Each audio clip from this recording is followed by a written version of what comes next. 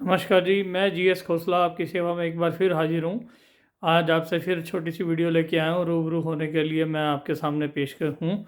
और आप पहले भी मेरी video like and share and subscribe करते रहिए, जिसका मैं तहे दिल से आपका धन्यवाद करता हूँ। और पहले तो आपको नए साल की बहुत बहुत शुभकामनाएँ और क्रिसमस की भी शुभकामनाएँ।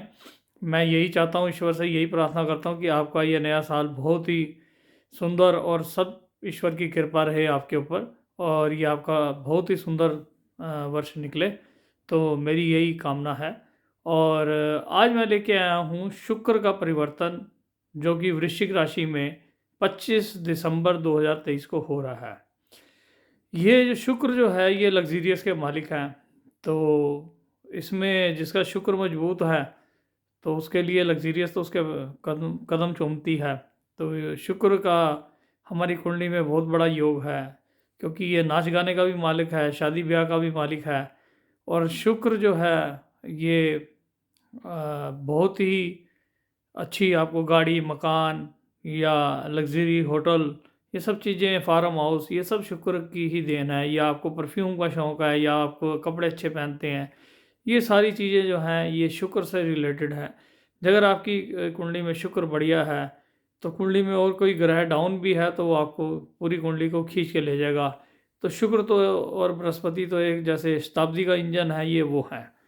तो हम शुरू करते हैं पहले वृश्चिक राशि मेष राशि से। जो शुक्र जो है, जहाँ की वहाँ मंगल पहले ही विराजमान है, तो शुक्र और मंगल की युक्ति रहेगी। तो ये आपकी राशियों पे क्या असर डालेगा? तो ये आपके 8वें घर में आ रहा है। तो 8वें घर में आने से आप ज्ञान आपका बढ़ाएगा।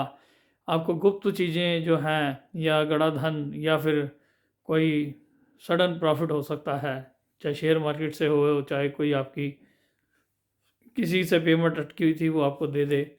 तो मेष राशि के लिए ये जो है यह आपके लिए बहुत बढ़िया है। रुका हुआ पैसा जो है वो निकल सकता है। अब हम आते हैं वृषभ राशि में। तो वृषभ राशि के ये आपके 7th हाउस में आ रहा है। तो 7th हाउस वैसे भी कर्मा कुंडली में इसका शुक्र का अपना घर है। तो ये वहाँ पर तो बहुत ही बढ़िया फल देता है। तो आपके मिसेस को आप कोई ज्वेलरी लेके दे सकते हैं, या कोई शॉपिंग करा सकते हैं, या कहीं आपका दूर का जाने का प्रोग्राम बन सकता है जो काफ़ी टाइम से टल रहा था, या ससुराल में कहीं से खुशखबरी आ सकती है। तो ये आपके लिए बहुत ही बढ़िया वृषभ राशि के लिए है।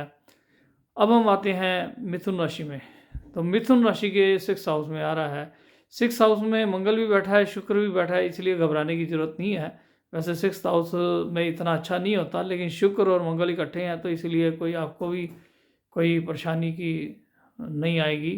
बस यही है, थोड़ा सेहत का ध्यान रखना है कि सर्द गर्म ना हो जाए। इन चीज़ों का आपको ने थोड़ा ध्यान रखना है, सर्दी का मौसम है।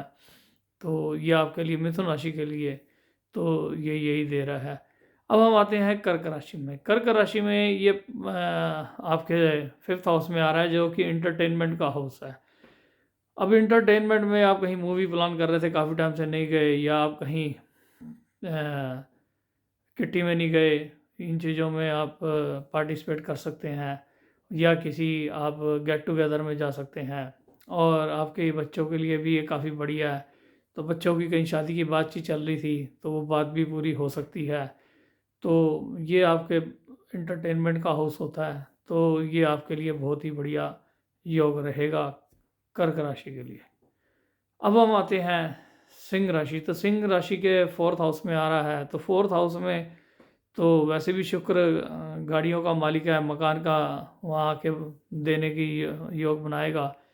तो कहीं आपकी डील फाइनल नहीं हो रही थी तो फाइनल हो सकती है। अगर आपकी मदर की तबीयत ख़राब रह रही थी तो वो भी ठीक हो जाएगी। तो ये सिंह राशि के लिए भी बहुत बढ़िया योग बना रहा है। अब हम आते हैं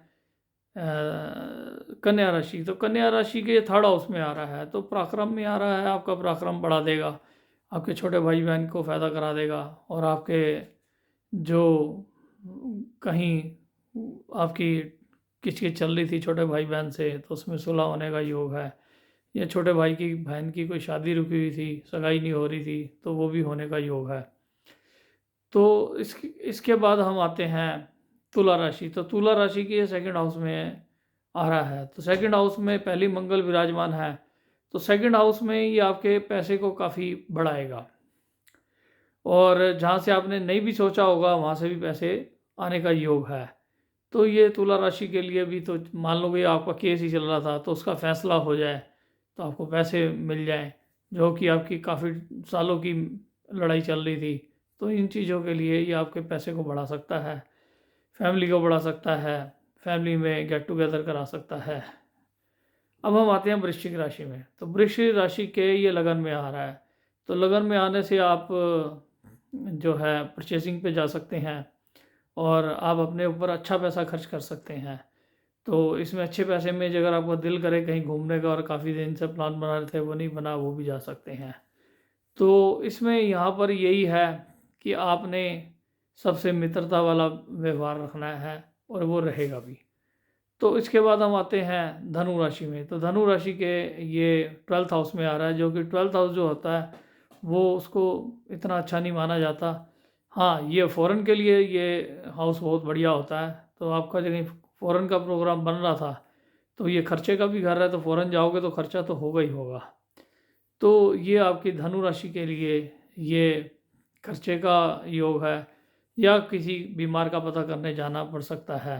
तो इसमें आपको आना जाना लगा रहेगा। अब हम आते हैं मकर राशि के। तो मकर राशि के लिए तो ये बहुत ही बढ़िया योग है। लाभ स्थान पे बैठा है, कोई आपकी डील फाइनल नहीं हो रही थी वो हो जाएगी, कोई आपको नई पार्टी मिल सकती है, या कोई पुरानी पार्टी पेमेंट नहीं दे रही थी वो दे सकती है। तो ये आपके लिए तो बहुत ही, क्योंकि 11वें घर का शुक्र तो अपने आप में एक बहुत बढ़िया योग बनाता है। अब हम आते हैं कुंभ राशि। तो कुंभ राशि के भी ये उसमें 10th हाउस में आ रहा है। तो कुंभ राशि को कर्म बढ़ाएगा, और मेहनत जितनी करोगे उससे डबल फल मिलेगा। तो कुंभ राशि के लिए भी ये बहुत ही बढ़िया योग है। तो उसके बाद कुंभ राशि को शनि की साढ़सती भी चल रही है। वैसे शनि वहाँ बुरे नहीं है, क्योंकि अपने घर में बैठे हुए हैं। और फिर हम आते हैं 12th हाउस में। तो 12th हाउस में ये आपके घर कोई सत्संग, या कोई दान धर्म, या कहीं विधवा आश्रम में जाके आप दान कर सकते हैं, अंध विद्यालय में जाके दान कर सकते हैं, या कोई यज्ञ करा सकते हैं, या कोई अखंड पाठ करा सकते हैं। तो मीन राशि के लिए भी ये बहुत ही सुनहरा और बढ़िया योग है। देखो, हम जहाँ नेगेटिव होता है नेगेटिव बताते हैं, नेगेटिव इसलिए बताते हैं कि आप अलर्ट मोड पर रहें। हमारा कोई आपको डराने का पर्पस नहीं है। बाकी ये है कि अगर आप किसी से कोई नया काम करते हैं तो सलाह लेके करें तो अच्छा है, क्योंकि आदमी जब कहीं फंस जाता है तो वकील की भी सलाह लेता है, बीमारी में फंसता है तो हेल्थ के लिए भी डॉक्टर पे जाता है। तो ऐसी जगह कोई आपको बात नहीं समझ आ रही तो किसी अच्छे जोशी से कंसल्ट करके अपने मन का वहम दूर करें, और अच्छे जोशी पे जाएं, और अपना आगे का जो मार्गदर्शन है वो समझ के आएँ। तो मेरा यूट्यूब चैनल है GS खोसला। मेरा मोबाइल नंबर है 9810062689। मस्त रहो, स्वस्थ रहो, यही मेरी ईश्वर से प्रार्थना है कि आप खेलते कूदते रहें और अपने काम में मस्त रहें। धन्यवाद।